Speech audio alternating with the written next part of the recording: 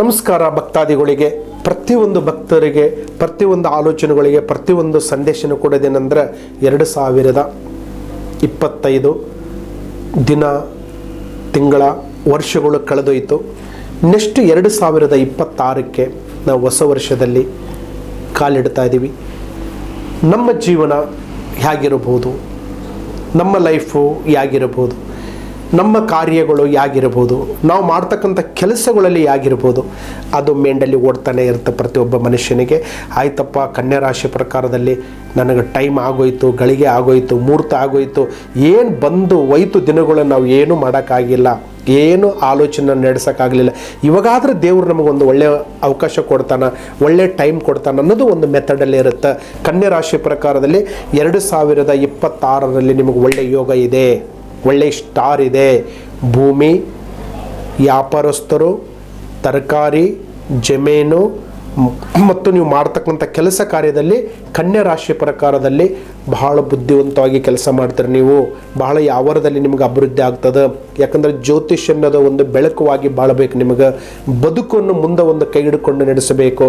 ರಾಶಿ ನಕ್ಷತ್ರನೇ ದೊಡ್ಡದಲ್ಲ, ನಿಮ್ಮಲ್ಲಿರ್ತಕ್ಕಂಥ ಒಂದು ಧೈರ್ಯ, ನಿಮ್ಮಲ್ಲಿರ್ತಕ್ಕಂಥ ಒಂದು ಸಾಧನೆ, ನಿಮ್ಮಲ್ಲಿರ್ತಕ್ಕಂಥ ಒಂದು ಛಲ, ಅದು ಖಂಡಿತವಾಗಿ ನಿಮಗೆ ದೇವರು ಕೈ ಬಿಡೋದಿಲ್ಲ.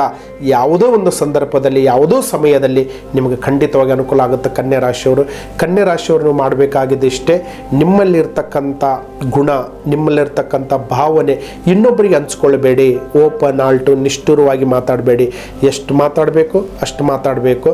ಮತ್ತು ಕೋಪದಿಂದ ಈ ಕನ್ಯಾ ರಾಶಿ ಪ್ರಕಾರದಲ್ಲಿ ತಾಳ್ಮೆ ಇದ್ದರೆ ನಿಮಗೆ ಜೀವನದಲ್ಲಿ ಒಳ್ಳೆಯದಾಗುತ್ತೆ. ತಾಳ್ಮೆ ಇಲ್ಲಾಂದರೆ ಯಾವುದೂ ಆಗೋದಿಲ್ಲ.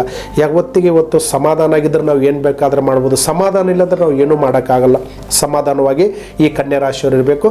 ಆದರೆ ನಿಮ್ಮಲ್ಲಿರ್ತಕ್ಕಂಥ ಋಣಬಾಧೆ ಅಂದರೆ ಸಾಲ, ಕನ್ಯಾ ರಾಶಿಯವರಿಗೆ ಈ ವರ್ಷ 2026ಕ್ಕೆ ಪರಿಹಾರ ಆಗುತ್ತೆ. ಲಕ್ಷ್ಮಿ ಕೈ ಸೇರುತ್ತೆ. ವ್ಯಾಪಾರ ಉದ್ಯೋಗದಲ್ಲಿ ಅನುಕೂಲ ಆಗುತ್ತೆ. ಕೋರ್ಟ್ ಕೇಸಲ್ಲಿ ಒಳ್ಳೆಯದಾಗುತ್ತೆ. ಮತ್ತು ನಿಮ್ಮ ಜೀವನದಲ್ಲಿ ನೀವು ಏನು ಕೆಲಸ ಮಾಡಿದ್ರೆ ನಿಮಗೆ ಸಕ್ಸಸ್ ಆಗೋಂಥ ಒಂದು ಮಾರ್ಗದರ್ಶನ ಇರುತ್ತೆ. ನೀವು ಮಾಡಬೇಕಾಗಿದ್ದು ಇಷ್ಟೇ, ವರ್ಷಕ್ಕೊಂದು ಟೈಮು ದೂರದೇವ ಯಾತ್ರೆ ಮಾಡಿದ್ರೆ ದೀಪದ ಆರಾಧನೆ ಮಾಡಿ ಬನ್ನಿಯಲ್ಲಿ.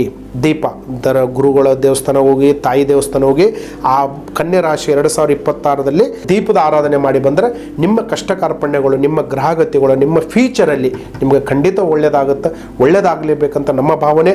ಹೆಚ್ಚಿನ ಬಗ್ಗೆ ನಿಮಗೆ ಕೇಳಬೇಕು, ತಿಳ್ಕೋಬೇಕು. ಗುರುಗಳಂದ್ರೆ ಬ್ರಹ್ಮಜ್ಞಾನ ಶಂಕರ ಪ್ರಸಾದ ಗುರೂಜಿ ಮತ್ತು ಗೂಗಲಲ್ಲಿ, ಯೂಟ್ಯೂಬಲ್ಲಿ ಪ್ರತಿಯೊಂದು ವೀಕ್ಷಕರು ನಮ್ಗೆ ಭೇಟಿಯ ಮಾಡ್ತಾರೆ, ಫೋನಿನ ಮೂಲಕ ಕೇಳ್ತಾರೆ. ಒನ್ ಟೈಮ್ ನೇರವಾಗಿ ದಿಟ್ಟವಾಗಿ ಭೇಟಿ ಕೊಡಿ. ಎಲ್ಲರಿಗೆ ಒಳ್ಳೆಯದಾಗಲಿ. ನಮಸ್ಕಾರ.